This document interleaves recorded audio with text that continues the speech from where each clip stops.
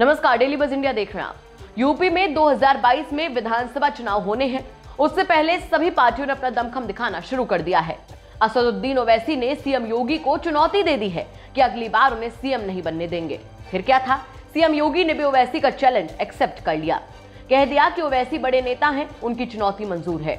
UP में तो BJP की ही सरकार बनेगी। 2022 में यूपी समेत कई राज्यों में चुनाव होने हैं और इस बार ओवैसी की पार्टी AIMIM ने यूपी के सियासी अखाड़े में उतरने का फैसला किया है। 100 सीटों पर चुनाव लड़ने का मन बनाया गया है। सीएम योगी को चैलेंज दिया गया है कि अगली बार आपको सत्ता से बेदखल कर देंगे। सीएम योगी ने भी बड़ी शालीनता से उनकी चुनौती स्वीकार कर ली है।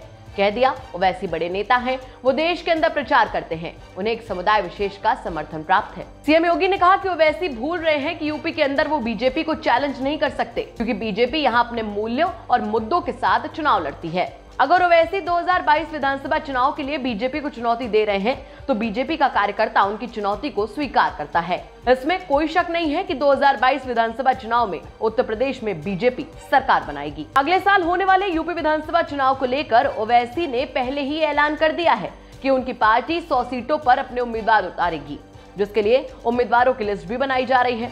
ओवैसी ने ट्वीट करके एक बार फिर से बात कही है कि उनकी पार्टी यूपी में 100 सीटों पर अपने उम्मीदवार उतारने जा रही है। उम्मीदवारों के चुनाव की प्रक्रिया भी शुरू कर दी गई है। उम्मीदवारी के लिए आवेदन पत्र भी जारी कर दिया गया है। उन्होंने इस बात की भी जानकारी दी है कि उनकी पार्टी ओम प्रकाश राजभर के साथ मिलकर चुनाव लड़ेगी। फिलहाल किसी और पार्टी से गठबंधन की बात नहीं चल रही है।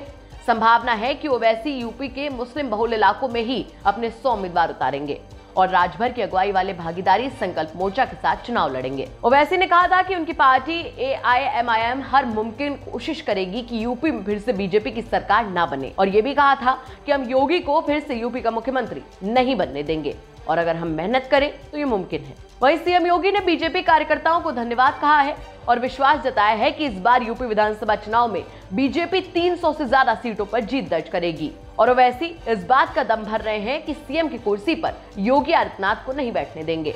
लेकिन सियासी पंडित तो यही बता रहे हैं कि ओवैसी और राजभर की इस जोड़ी सबसे ज्यादा बीजेपी को ही फायदा पहुंचाएगी। नुकसान होगा उन पार्टियों का जो खुद को मुसलमानों की हिमायती बताती हैं। कहा जाता है कि ये मुस्लिम समाज की नाराजगी ही है जिसने कांग्रेस को यूपी में हाशिए पर लाकर खड़ा कर दिया है। मुस्लिम वोटों का बिखराव बीजेपी के लिए अनुकूल माहौल तैयार करता है।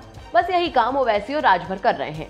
ओवैसी के 100 सीटों पर चुनाव लड़ने के फैसले के बाद मुस्लिम वोटों का बिखराव तय माना जा रहा है, जिसका सीधा नुकसान सपा, बसपा और कांग्रेस को होगा और फायदा होगा बीजेपी को। लेकिन देखिए ना, ओवैसी है कि दम भरते ही नहीं थक रहे हैं कि अगली बार लखनऊ के तख्त पर योगी को नहीं बैठने देंगे। खैर, ये तो आने वाला वक्त ही बताएगा सीएम की कुर्सी पर कौन बैठेगा। आपको हमारी खबर कैसी लगी हमें कमेंट सेक्शन में जरूर बताइए। साथ ही साथ हमारे चैनल को सब्सक्राइब कीजिए और बेल आइकन जरूर दबाइए ताकि दिन भर की बड़ी खबरों से आप बेखबर बिल्कुल भी ना रहें।